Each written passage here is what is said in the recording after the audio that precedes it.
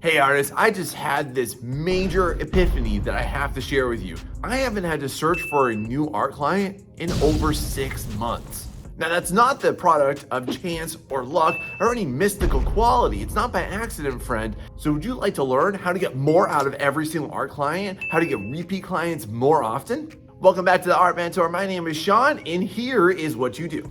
So let me paint a familiar picture to you and tell me if this sounds about accurate. Have you ever had somebody reach out to you and say, hey, how much are your rates? Boom, you throw out your commission sheet, or boom, you throw out your pricing like that? If that's you, stop doing that now. If you're not sure why art commission sheets are a terrible idea, and also why you need to talk to your art clients more, definitely check out my videos down below because I want to help you out big time. The number one thing that you have to understand about getting repeat clients is that it starts with qualifying them better. When you actually qualify the client and you give an informed rate, you appear like you are a professional, you appear like you are a specialist, and you appear like you are an artist of higher perceived value. So don't skimp out on that. Don't be afraid of social conversation, my friend. You need to do that in order to increase your value, increase your worth, and therefore you start to build that connection. You build that bridge with that client. And then when you get hired, y'all gotta do this. So right now, I'm gonna take a guess that you might not be making exactly what you want on your art commissions, and you're definitely right, my friend. You probably deserve to be making more.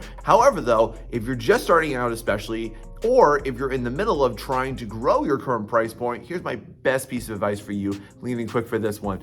You have to treat every single job like it is the job. So let's say, for example, that your overall goal is to get up to $500 each commission that you're gonna do, okay? But right now, you're only making 40. What you need to do, my friend, is you need to treat that $40 job like that $500 job, because I'm gonna promise you this, y'all, you're never gonna get there to that big price point mark if you are not currently engaged in the practices and the procedures and pouring every ounce of your soul into that artwork.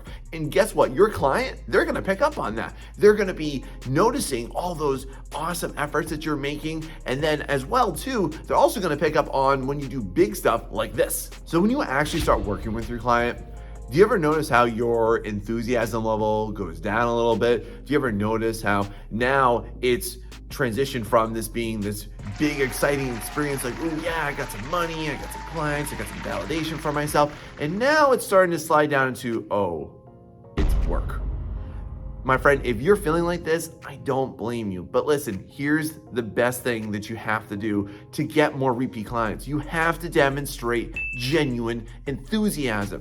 If you have a client who's gone ahead and they've poured their heart and soul out into this big, super long text about their character and the scene that you're gonna make for them, and you respond with something to the effect of, oh, okay, I can do that.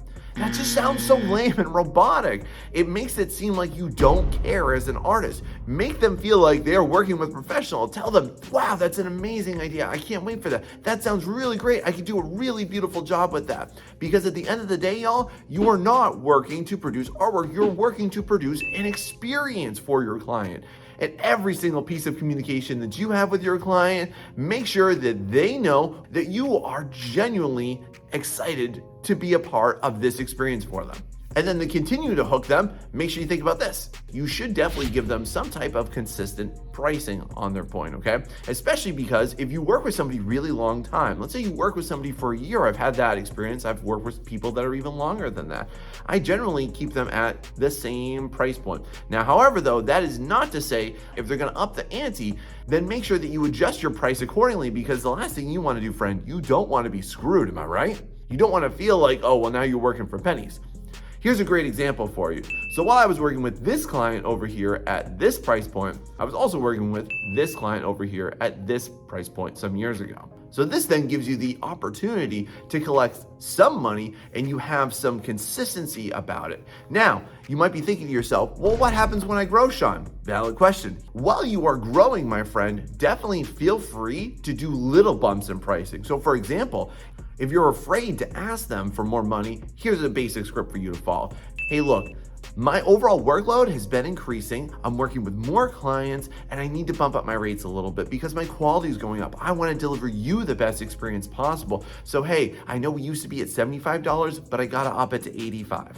Is that still cool with you? Because I'd love to have the opportunity to continue to work with you. I'm gonna tell you this, y'all. I've never had a client that comes back to me after that, and that just seems so humanly understanding, right? Who comes back to me and says, no, Sean, that's absolutely not doable. Yeah, man, it's a few bucks. Now, also, at a higher price point, you could also say like, hey man, look, I know I used to charge you $400, but now it's gonna be $500. And to be honest, yeah, they're probably going to say yes, because if they have a long established relationship with you, here's the thing, they'd rather deal with you than deal with trying to find a new artist and take a potential risk of getting somebody who sucks or is going to scam them or is just not going to deliver the quality that you can. That's how you deliver quality, consistent pricing. And nobody ever talks about that. Nor has anybody ever told you this.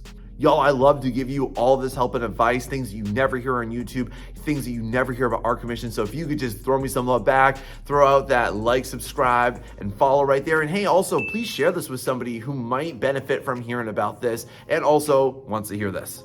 How do you end your projects? When you're done working on a project, when you're done working with a client, what do you do about it? Here's some real secret sauce I can't wait to share with you right now. At the end of working with a client, after they've received all of your wonderful files, your beautiful artwork that you've made for them, do this. Ask them this. What's your next project? Do you have anything else in mind? I'd love to continue working with you more. What else do you have? More than likely, they're either going to give you a new project to work on immediately, or they're going to have something brewing in their head down the line. They may not contact you right away about it, but maybe in a month or two they will, and they'll come back. I can't tell you how many times this has happened to me, and it's allowed me to breathe a little easier, because when you have somebody come back to you because of this great experience that you've delivered, oh my God, it is so much better than you having to go through the process of trying to find clients. Which, by the way, if you don't know where to find clients, definitely check out my links down below. I'll tell you where to go and where not to go. And then also, y'all can do this. If you want to stand out, if you want to create just the classiest possible perception of yourself, y'all do this. Check this out right here. So at the end of 2022, I sent out on January 1st all of these thank you cards to every single client that I worked with in that year. There were a lot of them, and honestly, it was so much fun to do this, and I wasn't sure how they would receive it. But y'all, I'm just gonna show you right here. This was the client's reactions to this. And you can see they're just over the moon, flattered, excited. They did not expect this, and they really, really loved this. And doing something like this, doing a personal touch at the end of every single project, even if it's just a thank you card like this, y'all, it really sets you apart from the crowd, where most people are just gonna say, here's your artwork, bye-bye. Now, how did I do this? It's stupidly easy, y'all. Just go ahead and go on over to Canva. You can make yourself a template from scratch, or you can just pick from one of their own. That's exactly what I did. I'm not sponsored by them, by the way, so don't think I'm trying to shove that down your throat. You can do this, and it's really a great way to set the tone. You can even send it with your final artwork. This is something that I'm starting to do this year, and I would encourage you to start to do the same, because it definitely shows that you are going above and beyond, and it makes that client know that you're also gonna go above and beyond for their project if you took the time to do this at the end of a project. Doesn't that sound amazing? I bet you've never heard that, right? You've probably also assumed this, but never thought about this. Hey, if I were to ask you, what do you think a client looks for in an artist, and what do you think makes or breaks this experience? So for example, if you tell your client, okay, on Thursday this week, you are going to receive your update, or if you tell them, hey, on Saturday, I'm definitely gonna get that to you. Saturday rolls around. Where's the update? You didn't talk to them? You didn't tell them? You didn't reach out to them? You need to project yourself as a professional at all times. Y'all, here's a really big thing that I need to let you know. You are never gonna be a professional artist if you don't treat yourself and conduct yourself like a professional artist now. You can't wait for that opportunity to come for you to work at a game studio, for you to work for a big illustration firm, if you are not currently conducting yourself like you would in that present moment. Listen, y'all, things come up all the time. I get it. We're all humans here. And just tell them this. Look, I'm really wanting to deliver you the best possible quality that I can, and I just need another day, or I'm gonna give you an update in a couple days from right now, because I really wanna show you the potential of this project. I've got great things in mind. Hey, do you mind waiting a couple extra days for this? Who in the world is gonna reject that? You wouldn't mind waiting for that, would you? Like, if you knew that you had to wait a little longer, but you knew it was gonna be a better product, yeah, you probably wouldn't mind, would you? Neither will your client. Try that. But also, y'all, you gotta do this too. Look, there's definitely a certain way that you should be updating your clients. And if you're new to this, if you're wanting to increase this, and if you're definitely wanting to get more repeat clients, then I definitely am going to encourage you to try out that, which you can watch my video right here.